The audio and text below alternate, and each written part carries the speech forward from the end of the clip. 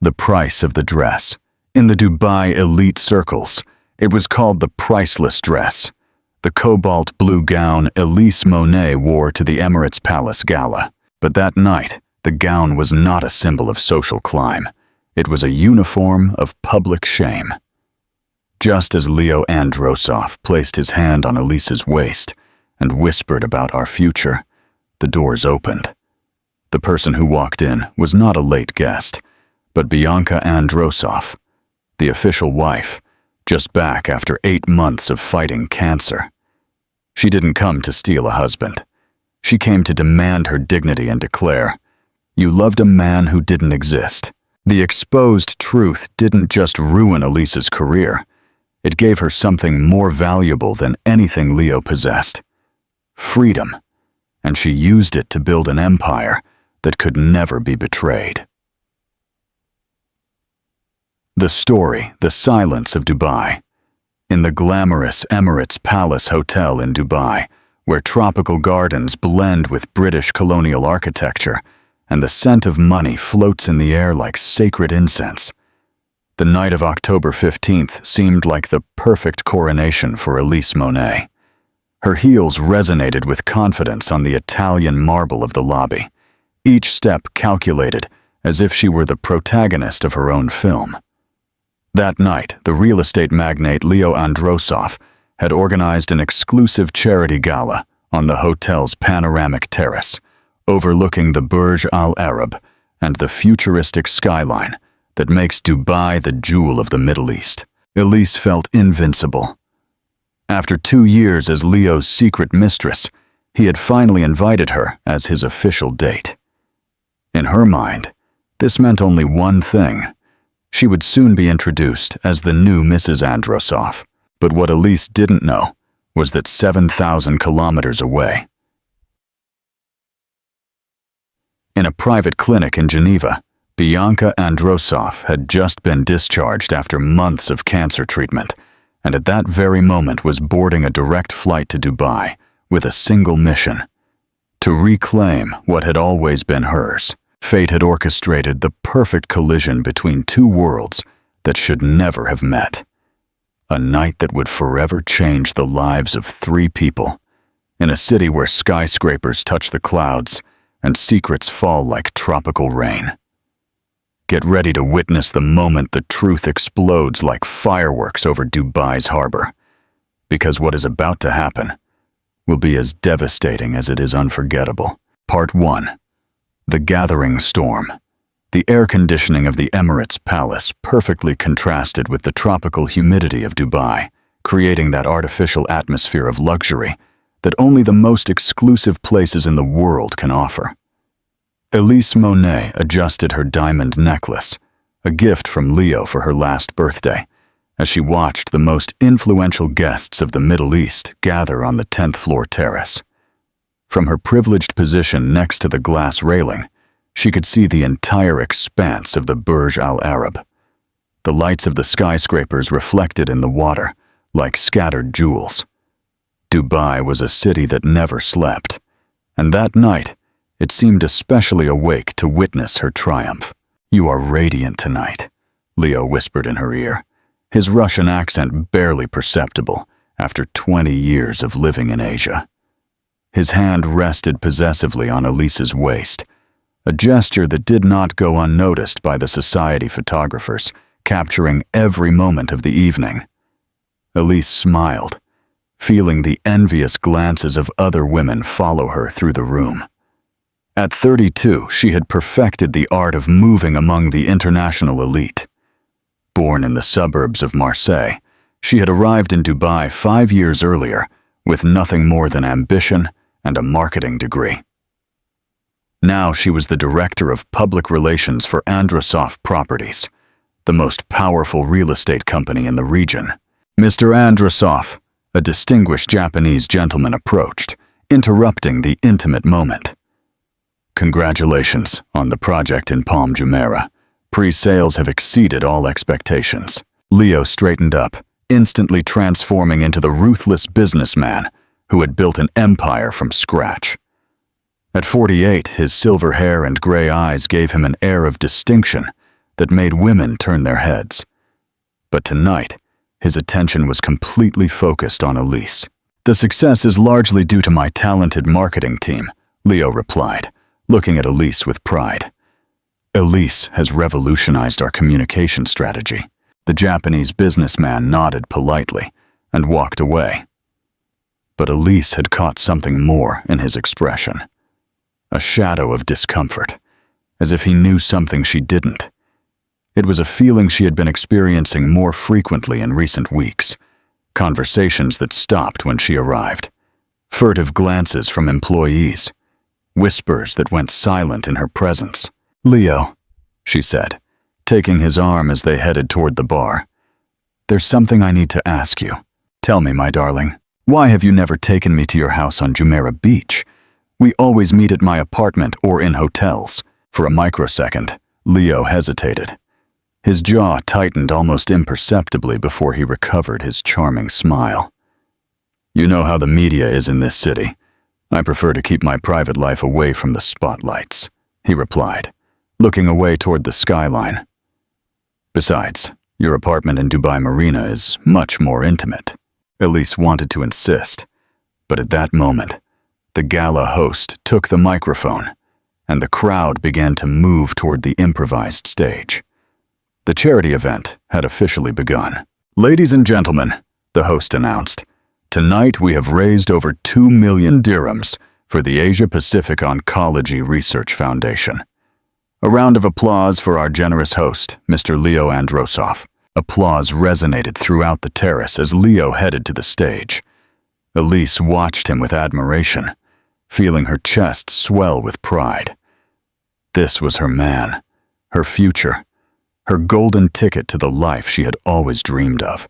"Thank you all for joining us tonight," Leo began, his voice amplified by the speakers. "Cancer research is a very personal cause for me. In recent months, I have been a close witness to the courage it takes to face this disease."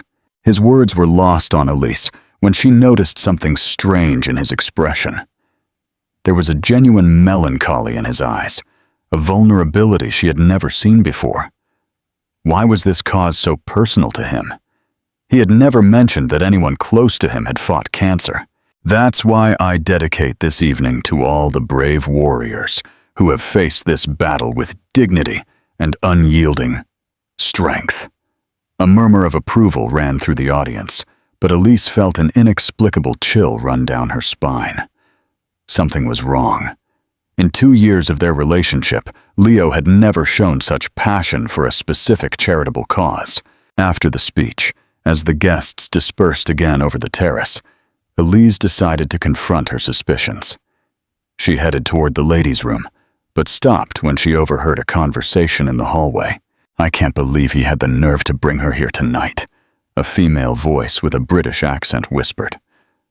"After everything Bianca has been through, it's simply despicable," another woman replied. Elise pressed herself against the wall, her heart starting to beat faster. Bianca? Who was Bianca?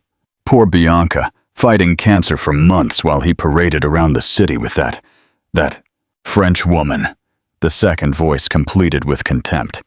"At least now that Bianca is better, she can put her husband in his place." Elise's world reeled. Husband. Leo was married. The hallway began to spin as the puzzle pieces fell into place with devastating clarity. The charitable cause, his refusal to take her home, the strange looks from the employees. It all made sense. With trembling legs, she returned to the terrace, where Leo was animatedly conversing with a group of investors. She watched him from a distance, this man she had loved, in whom she had entrusted her future, her heart, her soul. "Are you feeling well?" a soft voice asked behind her. Elise turned to find an elegant middle-aged woman with a kind smile, but perceptive eyes. "Yes, I just need a little fresh air," Elise lied. "I understand perfectly. These galas can be overwhelming," the woman said, extending her hand. "I'm Eleanor Khan, the Australian ambassador's wife, and you must be the famous marketing director of Androsov Properties." "Elise Monet," she replied automatically, although her mind was entirely elsewhere. "Ah, yes.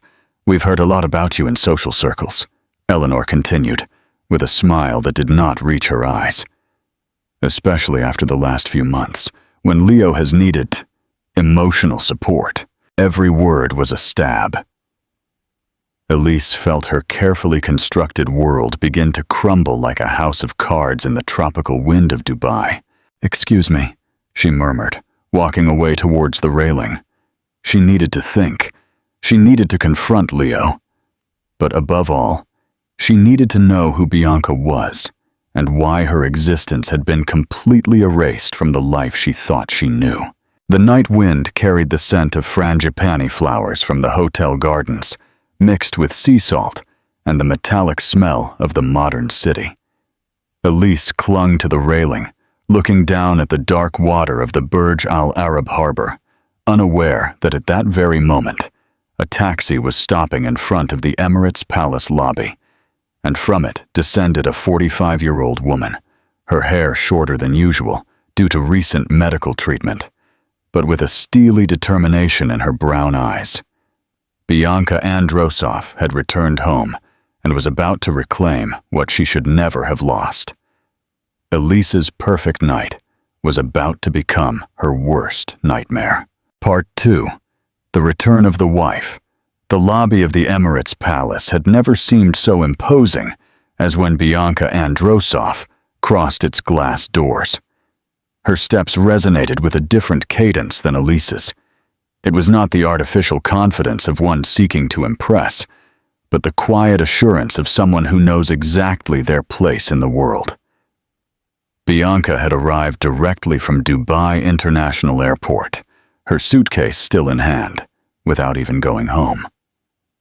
During the 14-hour flight from Geneva, she had had enough time to process the information her sister had sent her.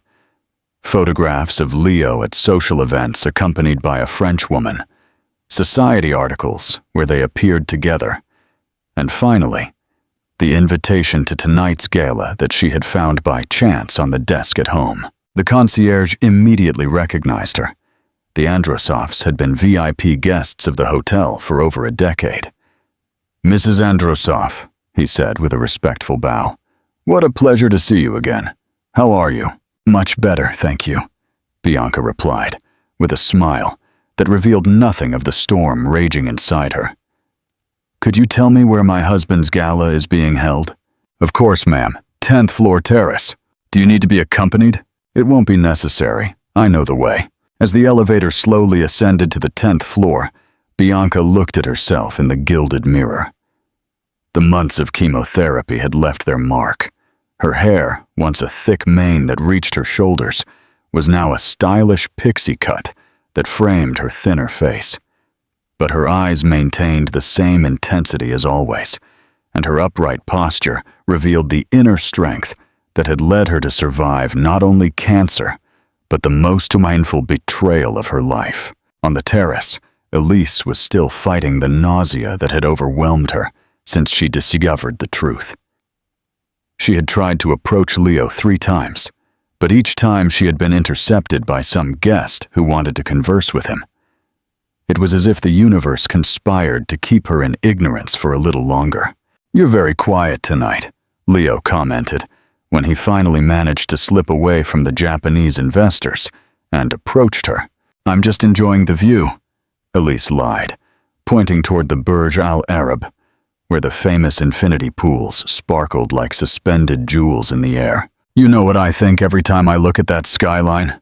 Leo asked, wrapping his arms around her from behind. "I think of us, of the future we're going to build together." The words that once would have filled her heart with joy now sounded hollow, deceitful. Elise tensed in his arms, but before she could reply, she heard a growing murmur among the guests. The crowd had parted like the Red Sea, creating a natural aisle from the terrace entrance to the center of the event. Down that aisle walked a woman who radiated such natural authority that she didn't need to raise her voice to command all the attention in the room. Bianca Androsov had arrived. Elise felt Leo's body stiffen behind her. His arms loosened until he let her go completely, and when she turned to look at him, she saw a deathly pallor spread across his face. "Leo," Bianca murmured, her voice clear and serene, despite the deafening silence that had fallen over the terrace. "What a beautiful gala! I apologize for being late, but you know how international flights are." The guests watched the scene with a mixture of fascination and horror. Eleanor Kahn, strategically positioned near the drama, didn't miss a detail as she whispered constant updates to her husband. Photographers instinctively raised their cameras, sensing they were about to capture something historic. "Bianca," Leo managed to articulate, his voice cracking as if he had seen a ghost. "How? When? You didn't expect to see me? How strange, considering I'm funding part of this charity gala from my personal account," Bianca replied with a smile that could freeze water. "Although I see you found a very creative way to deal with my absence." Her eyes landed on Elise for the first time, sweeping over her with the precision of a surgeon. There was no hatred in her gaze, but something much more devastating. Pity. Elise felt like an animal caught in the headlights of a car. Every instinct screamed at her to run, to disappear, to sink into the ground, but her legs seemed to have turned to lead. "Allow me to introduce myself," Bianca continued, heading directly toward Elise with measured, deliberate steps. "You must be the famous Elise Monet. I've heard so much about you during my medical treatment." The word treatment resonated like a gunshot in the night air. Elise finally found her voice, though it came out as a trembling whisper. "Treatment? Oh, darling, he didn't tell you. I've been fighting breast cancer for the last 8 months. In Geneva, far from home, far from my husband." Every word was uttered with surgical precision, designed to cause maximum damage. "But don't worry. The doctors say I'm completely cured. Ironic, isn't it? Just when I thought I might lose my life, I discovered I had already lost my husband." The silence was deafening. Even the background music had stopped, as if the DJ had sensed that no melody could compete with the drama unfolding before their eyes. Leo took a step forward, trying to regain control of the situation. "Bianca, perhaps we should talk privately." "Privately?" Bianca's laugh was like shattering glass. "Like you've been doing for the last 2 years. Like when you called me from this woman's bed, telling me you had late work meetings." The murmurs from the crowd intensified. Phones began to appear discreetly, capturing every moment of what was already becoming Dubai's social scandal of the year. "Mrs. Bianca," Elise managed to speak, though her voice sounded alien, and even to herself. "I didn't know. He never told me that he was married." Bianca tilted her head with an almost academic curiosity. "That he had a sick wife at home? That we've been together for 20 years? That we built this real estate empire from scratch, working 16 hours a day side by side?" Each question was a slap. Elise felt tears begin to form in her eyes, but she refused to cry in front of all those people. "Listen, child," Bianca continued, moving closer until she was inches from Elise. "I don't blame you. Young, ambitious women like you are common currency in a city like Dubai. But my husband should have known better." She turned toward Leo, and for the first time, the mask of composure cracked slightly, revealing the deep pain she had been concealing. 20 years, Leo. 20 years of marriage. We built Androsoft properties together. I mortgaged my parents' house for your first business loan. I worked without a salary for 3 years while you established the company.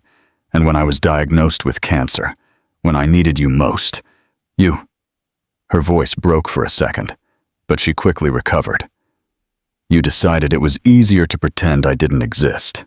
The night wind of Dubai swept across the terrace, carrying with it the last pretensions that this night could end without casualties. Elise looked at Leo, expecting... what? An explanation? A denial? Any word that could restore her collapsed world?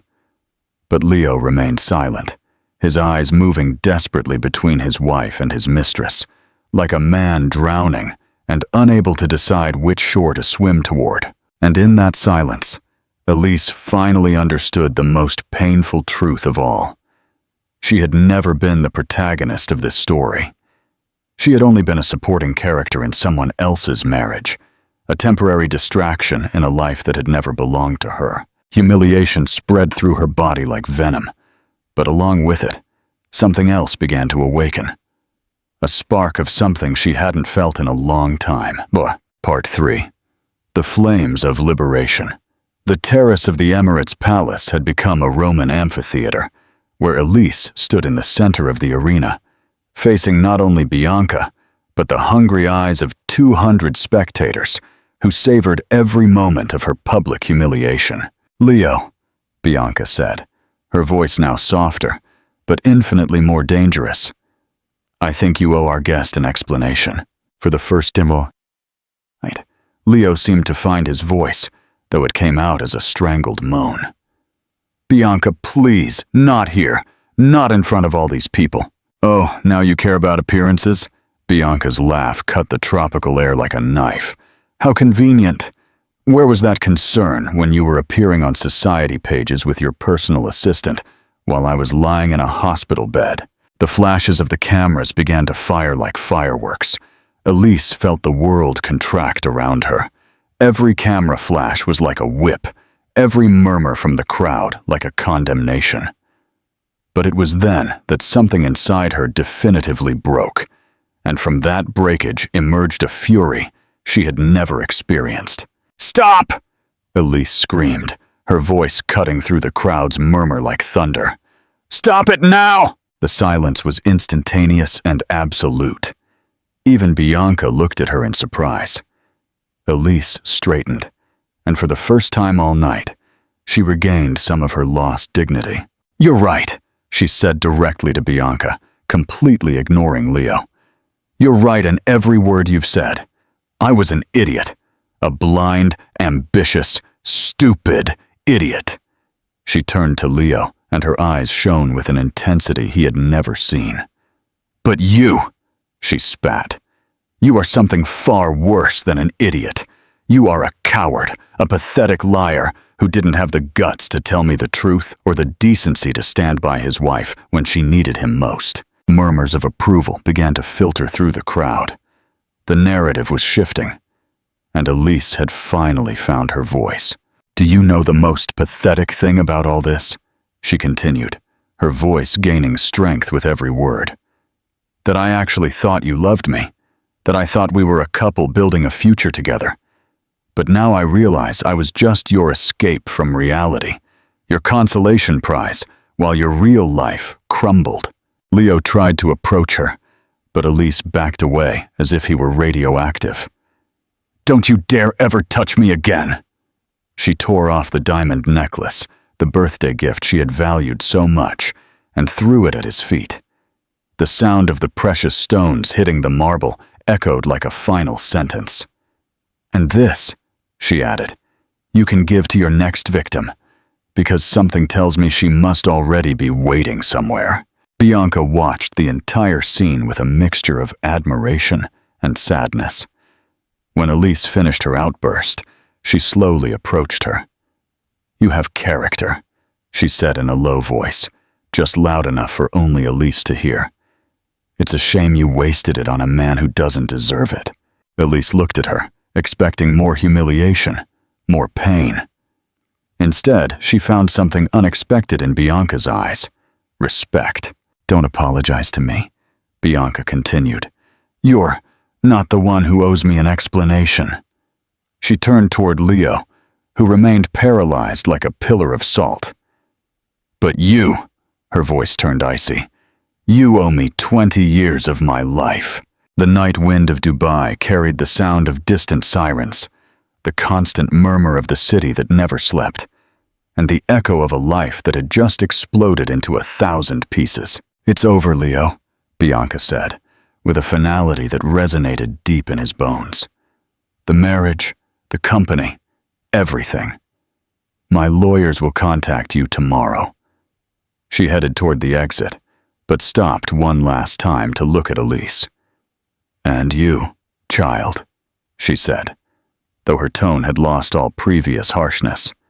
Don't let this failure define who you are. Mistakes don't make us permanent victims, only if we choose to be. With those words, Bianca Androsov disappeared into the elevator, leaving behind the most deafening silence the terrace of the Emirates Palace had ever experienced. Elise stood in the middle of the circle of spectators, feeling her old life disintegrate like ashes in the wind. But for the first time in months, she also felt something else. Freedom. The public humiliation had been devastating, but it had also been liberating. She no longer had to pretend, no longer had to live in the shadows of someone else's life, no longer had to settle for crumbs of love when she deserved the whole feast. Without a word more to Leo, without looking back at the curious onlookers still watching her, Elise walked toward the elevator. Every step was a declaration, every movement a silent promise to herself. As the elevator doors closed, the last thing she saw was Leo's devastated expression, standing alone in the middle of his gala, surrounded by the wreckage of the two most important relationships in his life. The elevator descended slowly to the lobby, carrying not just a humiliated woman, but a woman who had just been born again. Because sometimes, the most devastating destructions are also the most powerful liberations. And Elise Monet was about to discover exactly who she could become when no one else defined her worth. Part 4. The Phoenix Rises.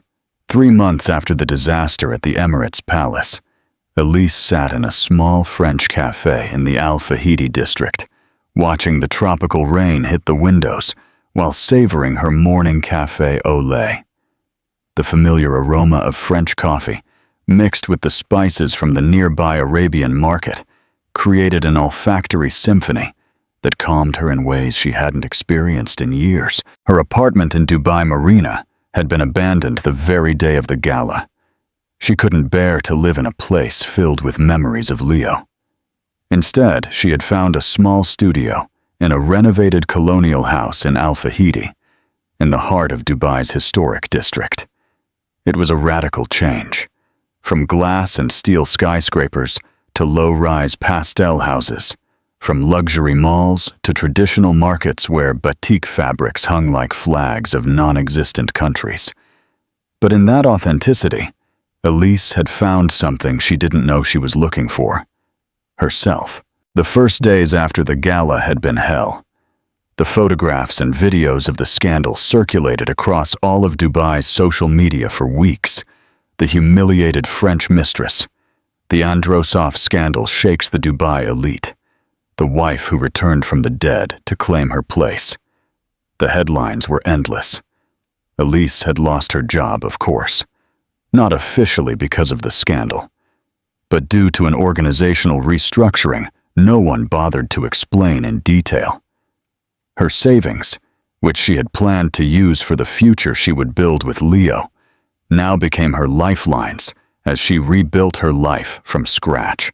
But something extraordinary began to happen amidst the devastation. Women started reaching out to her. First, it was a direct message on Instagram from a young Taiwanese woman named Leah Chen, who had seen the gala videos. Your dignity at the end of that night was inspiring. My boyfriend was cheating on me too, and your example gave me the courage to confront him. Then, more messages came. A Malaysian executive who had discovered her husband's double life. An Indian student whose parents had arranged her marriage to a man who already had a secret family. A Filipino entrepreneur who had been used by her business partner just as Leo had used Elise. Each story was an echo of her own experience, and each woman needed the same thing she had needed: someone who understood without judging, who validated their pain without minimizing it, who helped them find their way forward. Thus was born Phoenix Rising Asia, a blog Elise started from her small studio in Al Fahidi. Initially, it was just a personal space to process her experience, but it quickly grew into something much bigger. Southeast Asian women face unique pressures, she wrote in her first viral post. We live between traditional cultures that teach us to be submissive and modern cities that demand we be invincible. When we fall, when we are betrayed, when our worlds crumble, we often don't know whether to cry as our mothers taught us or fight as the modern world demands. But there is a third option. We can do both, and then we can fly. The post was shared over 50,000 times in the first week. Brands started contacting her. First, they were small businesses run by women, an artisanal coffee brand from Indonesia, a sustainable clothing line from Thailand, a mental wellness app developed in Vietnam. But soon, the large corporations arrived. We want to sponsor your platform, the marketing director of a major cosmetics company told her on the phone. Your audience is exactly our target market. Professional, educated women with purchasing power. Elise rejected the offer. I'm not building an audience to sell, she explained. I'm building a community to heal. Instead, she began offering online coaching sessions, workshops on female empowerment, and weekend retreats across different Southeast Asian countries. Her first retreat in Bali attracted 15 women. The second, in the mountains of Chiang Mai, had a waiting list of over 200. But the real turning point came when she received an unexpected call. Elise Monet. The voice had a refined British accent. Yes, who is this? My name is Victoria Prescott. I am the CEO of the Asia Pacific Women Entrepreneurs Foundation. We have been following your work with Phoenix Rising Asia. Elise felt her pulse quicken. The Prescott Foundation was one of the most respected organizations in the region, famous for funding women-led startups. We would like to offer you a business development grant valued at 200,000 dirhams, Victoria continued. But there is one condition, which is, we need you to move to our regional headquarters in Manila. We want Phoenix Rising Asia to become the official female empowerment program of our foundation. Elise was speechless. After months of rebuilding her life from scratch, the universe was offering her not just a second chance, but an opportunity to turn her pain into purpose on a scale she had never imagined. When do you need an answer? She asked, trying to keep her voice calm. Take all the time you need, but we hope it's soon. There are thousands of women across Asia who need what you are offering. That night, Elise walked through the streets of Al-Fahidi, under the streetlights, passing illuminated mosques and restaurants serving everything from rendang to kebabs. This cosmopolitan city, which once represented her superficial ambition, had now become the place where she rediscovered her true power. 2 days later, she called Victoria Prescott. I accept the offer, she said, but I have a counter-proposal. I'm listening. Instead of moving to Manila, I propose we keep the headquarters here in Dubai, but expand Phoenix Rising Asia across the region. I want to create a network of female empowerment centers in every capital in the Middle East and Asia. There was a pause on the other end of the line, followed by a laugh of admiration. Elise Monet. I think this is going to be a very interesting partnership. 6 months after the night that had destroyed her old world, Elise stood on the terrace of her new office in the Dubai Financial District, overlooking the Burj Al Arab.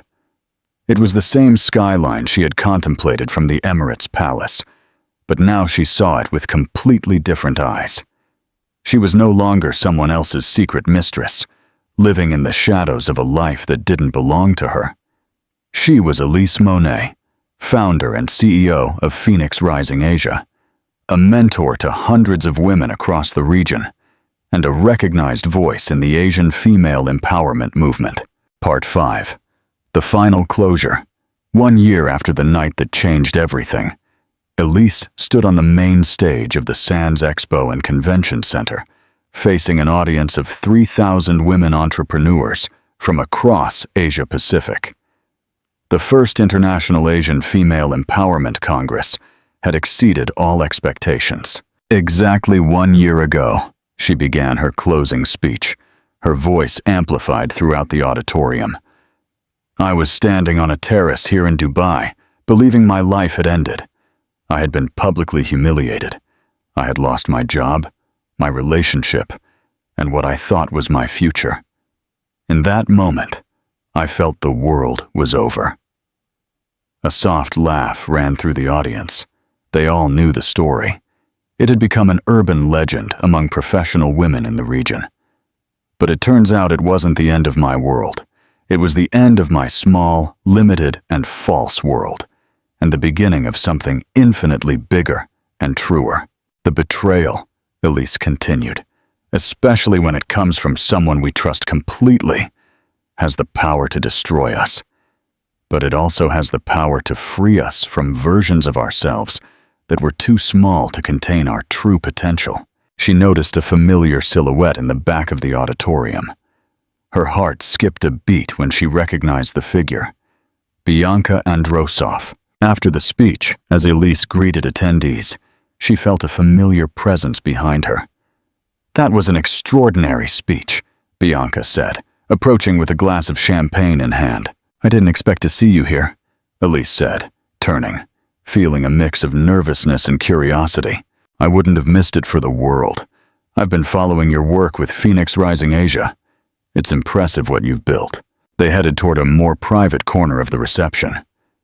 "Bianca," Elise asked, "how have you been?" "Free," Bianca replied with a genuine smile that completely transformed her face.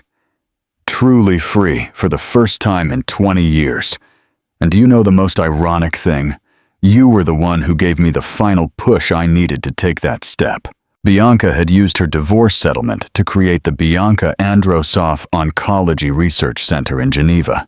"I want you to know something," Bianca said, placing a hand gently on Elise's arm. "That night, my intention was to humiliate you. I was hurt, furious, and I wanted someone to pay for my suffering. But now I see that, in a strange way, we freed each other."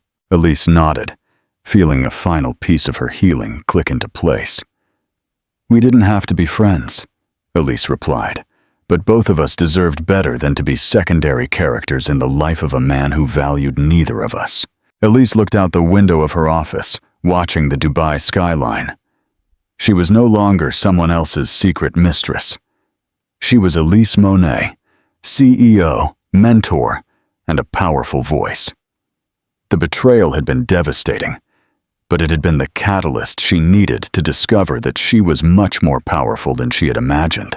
Her story became viral, not for the scandal, but for the hope. And that hope continues to multiply every day in every woman who finds the courage to write her own happy ending. The strongest women in the world are not those who have never cried, but those who have learned to turn their tears into wings. Part 6. A Partnership of Queens. 2 years after the Asian Women Entrepreneurs Summit, Elise Monet received an unexpected invitation.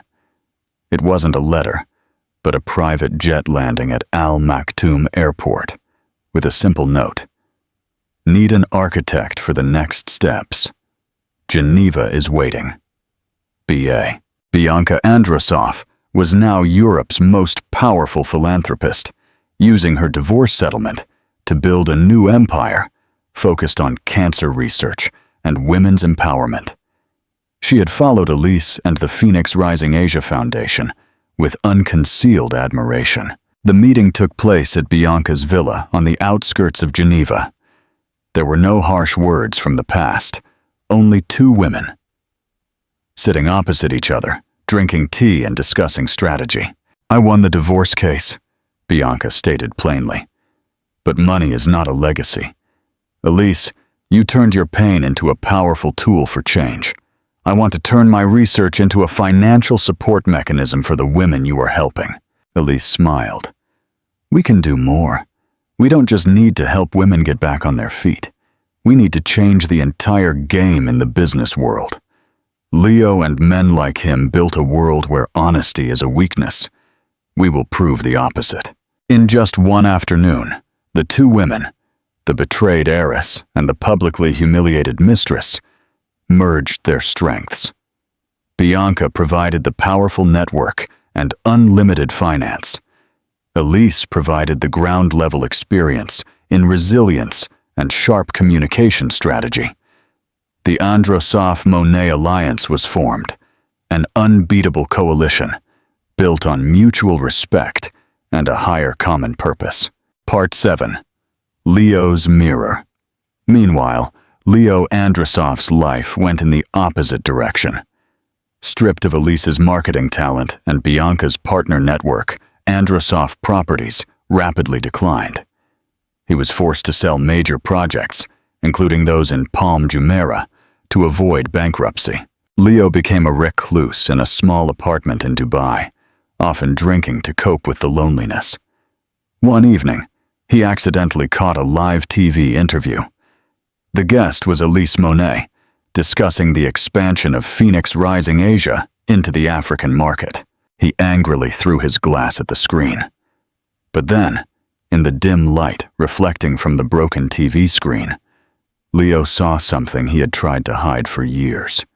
Not the face of a winner, but that of a man who had lost everything out of fear. He remembered the moment in the Geneva lab that Bianca had mentioned. He wasn't afraid of losing the company. He was afraid of facing the truth that he couldn't be the strong husband and partner Bianca needed. He created the affair with Elise not out of love, but out of a cowardly escape from his own responsibility and weakness. The next morning, Leo wrote a letter, not to Bianca or Elise, but to the cancer foundation Bianca had established. It was a silent admission of his mistakes and a discreet donation, never expecting forgiveness. Part 8. The true meaning of success. 10 years after that fateful night, Elise and Bianca stood on a rooftop in Dubai, not at the lavish Emirates Palace, but atop the skyscraper named Asia Women's Initiative Tower. It was their new global headquarters, a symbol of their worldwide collaboration. Elise, now an internationally renowned speaker, had helped over 100,000 women find their purpose. Bianca had changed the way the world viewed women's health care. "We built something Leo could never buy," Bianca said, looking at the skyline. "Yes," Elise replied. She had learned to love Dubai as a place she had defined for herself, no longer the backdrop for someone else's failure. Its integrity. Their legacy was not diamonds or real estate, but a business world where empathy is valued as much as profit, and where women no longer have to choose between success and self-authenticity. They had turned one man's failure into a victory for an entire generation of women. Elise Monet had finally become the woman she always wanted to be, an architect of change who proved that the best revenge is not causing pain, but building something lasting and meaningful from the ruins. Part 9. The Legacy of Integrity. 20 years after that fateful night at the Emirates Palace, the city of Dubai itself reflected the change Elise Monet and Bianca Androsoff had championed. The Asia Women's Initiative Tower was no longer the only skyscraper in their portfolio. They had built a self-sustaining campus housing the Phoenix Rising Global Institute. Elise, now 52, served on the advisory boards of several international business schools. Her core philosophy, that a business model without empathy is a long-term liability, had been integrated into corporate governance across the region. She finally achieved the professional recognition she had once craved, but now it was built on a foundation of genuine respect, not superficial power. Bianca, 65, witnessed the Bianca Androsoff Cancer Research Center in Geneva successfully launch a revolutionary, personalized treatment protocol.